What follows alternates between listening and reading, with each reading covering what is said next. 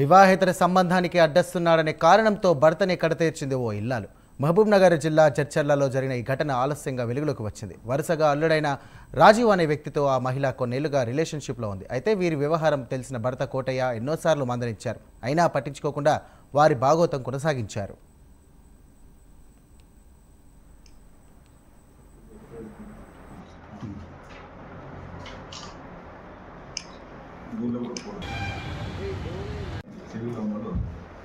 Uniform మాత్రమే uniform వేసుకోవాలని తీసుకొని పోతాం. ఇచ్చావా మేము బాబు?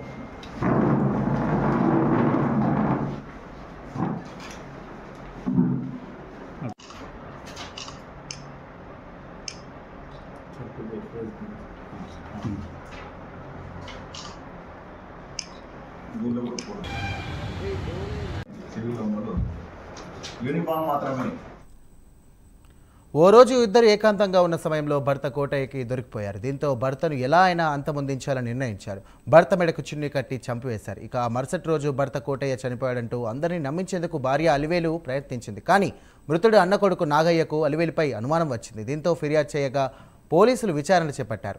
ఇక భార్య అలివేలును ఆమె ప్రియుడిని గట్టిగా ప్రశ్నించడంతో నేరం చేసినట్లు వారు ఒప్పుకున్నారు. ఇక నిందితులిద్దరినీ కూడా పోలీసులు అరెస్ట్ చేసి జైలుకు తరలించారు. దీనికి సంబంధించినటువంటి పూర్తి డీటెయిల్స్ మా కరెస్పాండెంట్ హరిశంకర్ అందిస్తారు. హరిశంకర్, చెప్పండి.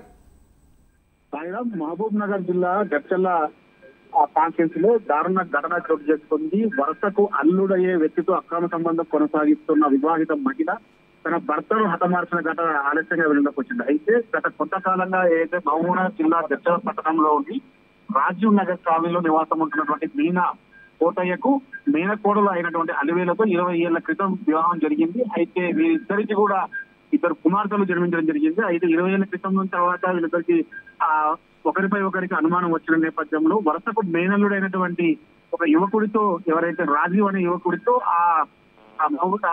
అలివేలు అనే మహిళ వివాహిత అక్రమ సంబంధం ఏర్పరచుకుంది. గత కొంతకాలంగా రహస్యంగా వీళ్ళు కలుస్తున్నప్పటికీ కూడా వీరి అక్రమ సంబంధం బయటకు పోకుండా జాగ్రత్త వహించారు. అయితే ఒక రోజు అనుకోకుండా రాజీవ్ ఆమె అలివేలు ఇద్దరు కూడా ఏకాంతంగా ఉన్న సమయంలో భర్తకు చిక్కడం జరిగింది. భర్త మందలించి అక్కడ నుంచి వారిద్దరిని చెదగొట్టిన తర్వాత మరొకసారి ఆ ఇంట్లో రూమ్ లో ఇద్దరు ఏకాంతంగా ఉన్న సమయంలో అలివేలు భర్త గమనించడంతో కూడా తీవ్ర ఆందోళనకు పోయారు. ఈయన ఉంటే తమ వివాహేతర సంబంధికి అడ్డుగా వస్తాడని చెప్పి కూడా ఆలోచించి ఆమెను కోటయ్యను చంపడం జరిగింది.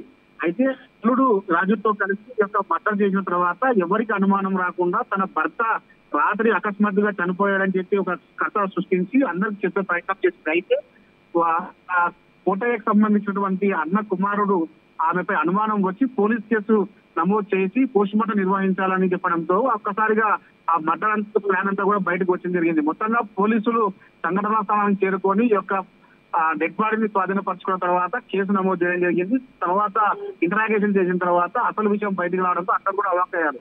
వివాహేతర సంబంధం అడ్డుగా వస్తారని చెప్పి భర్తను హతమార్చినట్టు కూడా అక్కడ ఉన్నటువంటి అలివేలు అంగీకరించడంతో ప్రస్తుతం వాళ్ళంతా కూడా కటకటాల పాలైన పరిస్థితి ఉంది. మొత్తంగా వివాహేతర సంబంధం సొంత అల్లుడితో కొనసాగించడం అనేది ఒకవైపు ఆశ్చర్యాన్ని గుర్తు చేస్తున్నా ఇలాంటి సంఘటనలు ప్రభావితం కాకూడదని చెప్పి కూడా పోలీసులు హెచ్చరిస్తున్నటువంటి సిచ్యువేషన్ ఉంది. Thank you Harishankar.